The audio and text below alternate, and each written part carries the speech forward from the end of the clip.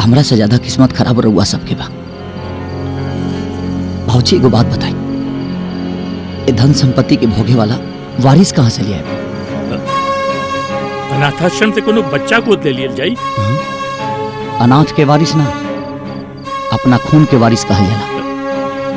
लेकिन जब हमारी बेटी माई बनिए ना सकेला तो खून की बात कहाँ से आ गई? वो आएगा पापा। मैं कभी मां नहीं बन सकती, लेकिन मेरे पति तो बाप बन सकते हैं ना। मतलब? मैं अपने पति की दूसरी शादी कराऊंगी। तो क्या मालूम बात तू क्या कहता है?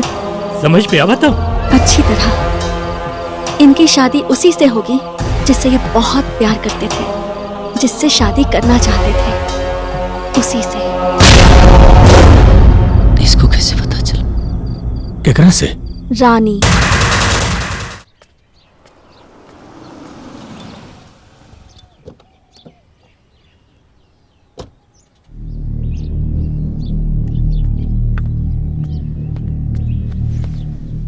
आपन औकात से बढ़ के पुतोह पा गई नी, वो खुशखबरी देवे आइल बानी कि आपन बेइज्जती करावे।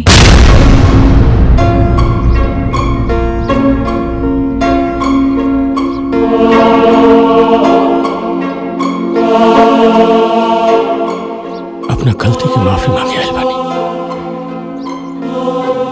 हमरा ये समझ में आ गल कि अमीर होके चाहे गरीब, सबकी इज्जत एक जैसा होला। अब बेटा, राजा से तार ब्याह ना करा के जन्म पाप कैले रानी,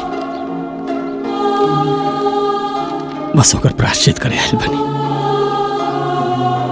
तारा के अपन घर के बहू बनावे आइल बनी। तहार बहू मर गई कि तहरा से ज्यादा दौलत वाला के साथ भाग गई?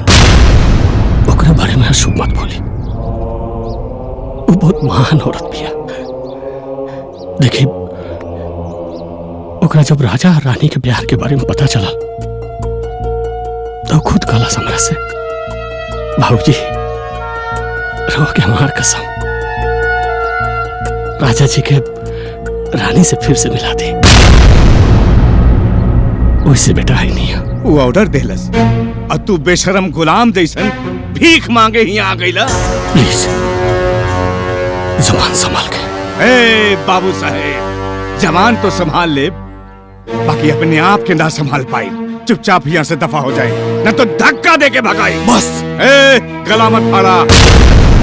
तू भूल गईला कि जब रिश्ता के डोर टूट जाला तो ओकरा जोड़ला के बाद ओकरा में गांठ बन जाला। अरे बाबू साहेब, हम एगो भिखमंगा के अपन दामाद बना ले, बाकी तहरा जैसे नीच इंसान के अपन बेटी के बहू ना बने दे। निकल जाए यहाँ से।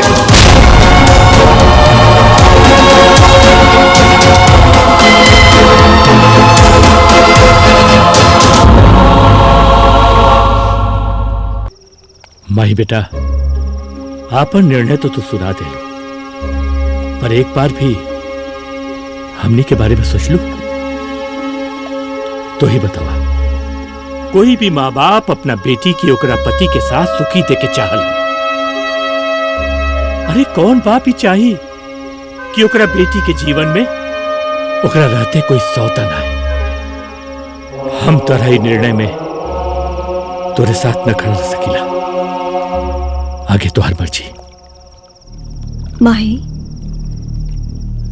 पापा सही कहा ताड़े।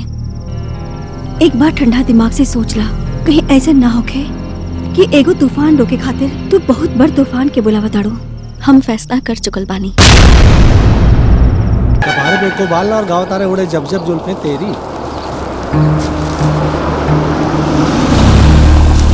ये गुरुदेव, राजवक मेहरारू राउर ससुरारी जातिया। ई नागिन हमारा कुंडली पे बैठ के केचुली नाना छोड़ी रे। छोड़ी की जोड़ी ये तो पता लगा के मिलता नहीं, ब्रेक के बाद। तब तक आप आरती शुरू करी। ओके। विषय विकार मिटाओ, पाप हरो दे। जल्दी आइए टकलू राम। ओके गुरुदेव। पाप हरो देवा।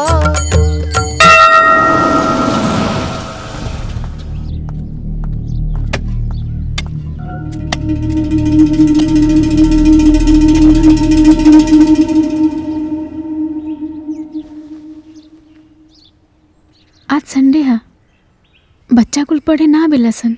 आज हम बच्चों से नहीं, आपसे मिलने आए हैं दीदी। दीदी? हाँ,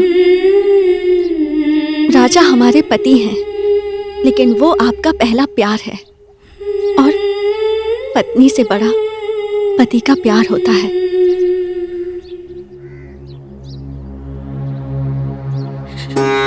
आप राजा से शादी कर लो प्लीज।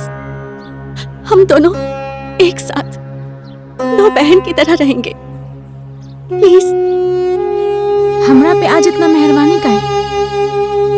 अपना पति के उनकर प्रेमी से शादी करा के कोनो इतिहास रचे के चाहता रो या फिर कोनो साजिश बा? जब हमने आपको बहन मान लिया है तो अब झूठ नहीं बोलेंगे।